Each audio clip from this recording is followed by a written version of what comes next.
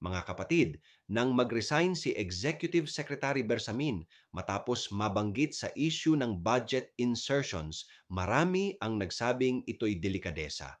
Pero sapat ba ang resignation kung walang paliwanag?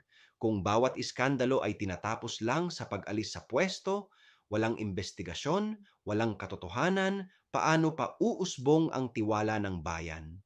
Ang executive secretary ay little president.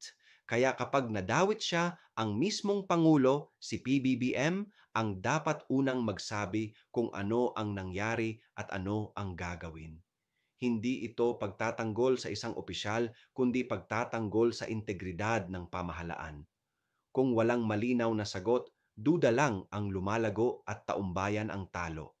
Ako si Padre Jesse Galilea, may pusong Pinoy, kasama mo sa pananalig at pakikibakang panlipunan. Hanggang sa muli, mga kapatid.